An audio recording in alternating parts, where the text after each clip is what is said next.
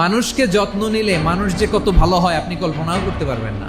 নির্বাচনকে সামনে রেখে তরুণ ভোটারদের উদ্দেশ্যে বিশেষ এক বার্তা দিয়েছেন জনপ্রিয় ইসলামী স্কলার মিজানুর রহমান আজহারী। বৃহস্পতিবার ৫ ফেব্রুয়ারি নিজের ভেরিফাইড ফেসবুক পেজে দেওয়া সেই বার্তায় তরুণদের প্রথম ভোটটি তিনি ন্যায় ও ইনসাফের পক্ষে দেওয়ার আহ্বান জানান।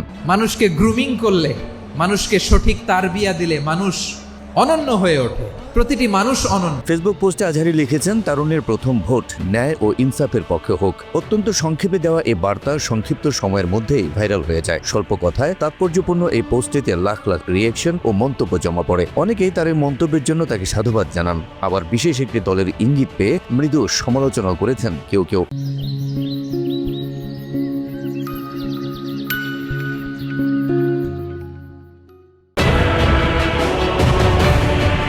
মিজানুর রহমান আজহারী তার পোস্টে নির্দিষ্ট করে কোনো দলের নাম উল্লেখ না করলেও নেটিজেনরা তার ন্যায় ও ইনসাফের বার্তাটিকে একটি বিশেষ দলের ইঙ্গিত বলে মনে করছেন। কেউ কেউ তাকে ধন্যবাদ জানালেও বিষয়টি আরও স্পষ্ট করে লিখলে ভালো হতো বলে মন্তব্য করেছেন।